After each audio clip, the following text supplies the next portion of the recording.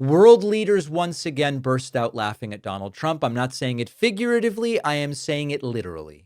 One of the things that Donald Trump hates the most is being laughed at. It's one of his biggest insecurities, in addition to, of course, his insecurity about his physical appearance, his insecurity about his weight, his insecurity about his hair, his insecurity about his skin, his insecurity about his lack of athleticism, his insecurity about lack of real friends, his insecurity about the size of his hands.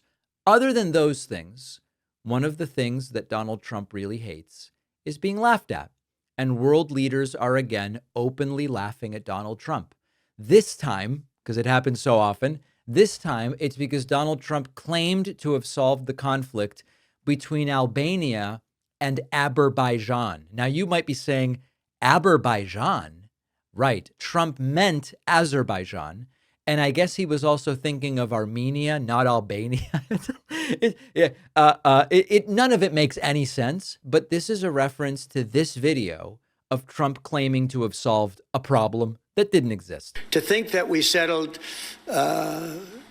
Azerbaijan and Albania, as an example, it was going on for years. We settled Azerbaijan and Albania. So then what happened? Well, at the European summit in Denmark, Albanian Prime Minister Edi Rama joked with the French president and with the president of Azerbaijan.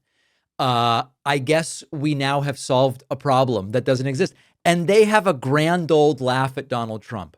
World leaders laughing on camera about the pathetic absurdity of Trump. You should make an apology to us, because you didn't congratulate us for the peace deal that President Trump made between Albania and Azerbaijan. I'm sorry for that. Yeah. And you worked very hard.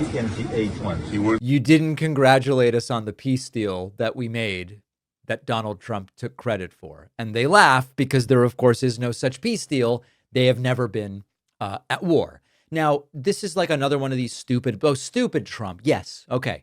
It is not just a slip of the tongue. Trump has been confusing Albania and Armenia for a while. This isn't the first time that Trump has been laughed at in this way. You might remember the NATO summit back during Donald Trump's first term, the United Nations General Assembly. The pattern is Trump speaks and the room laughs, sometimes in his presence, sometimes not.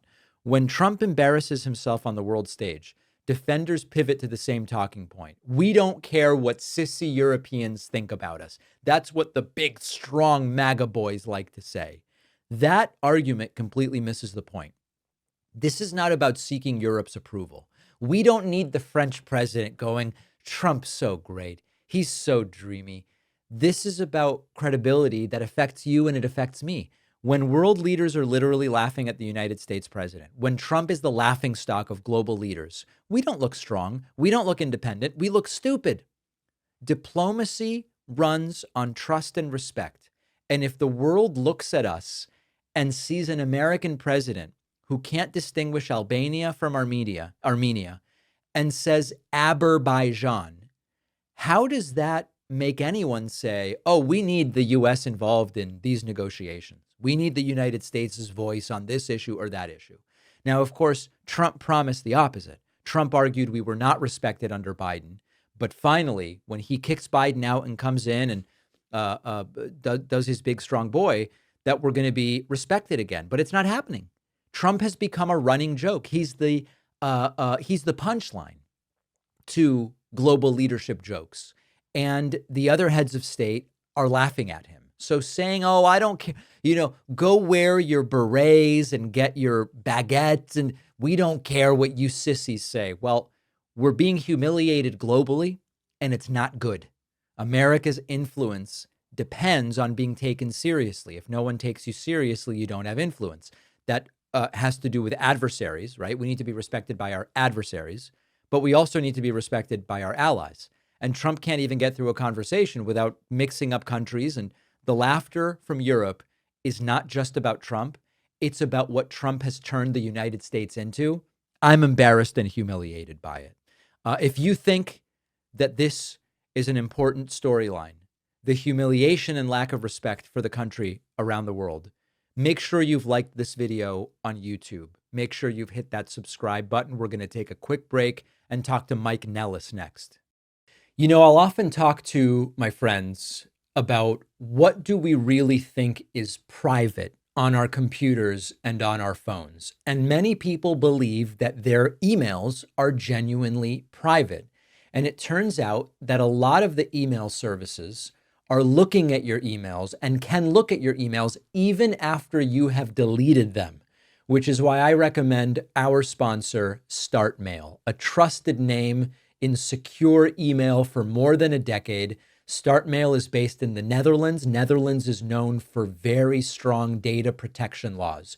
Your emails won't be scanned. Your emails won't be tracked. StartMail will block those invasive tracking pixels so you won't be monitored by companies and by hackers. And when you delete an email in StartMail, it is gone for good. Your data stays private. They are all in on this with a ton of features, including aliases to keep you anonymous, strong encryption with your emails. It is super easy to move to StartMail. It's a few clicks, migrate your emails, migrate your contacts. You really can't go wrong. Try StartMail for yourself, completely free for 7 days at startmail.com/Pakman, which will also give you 50% off your first year. The link is in the description.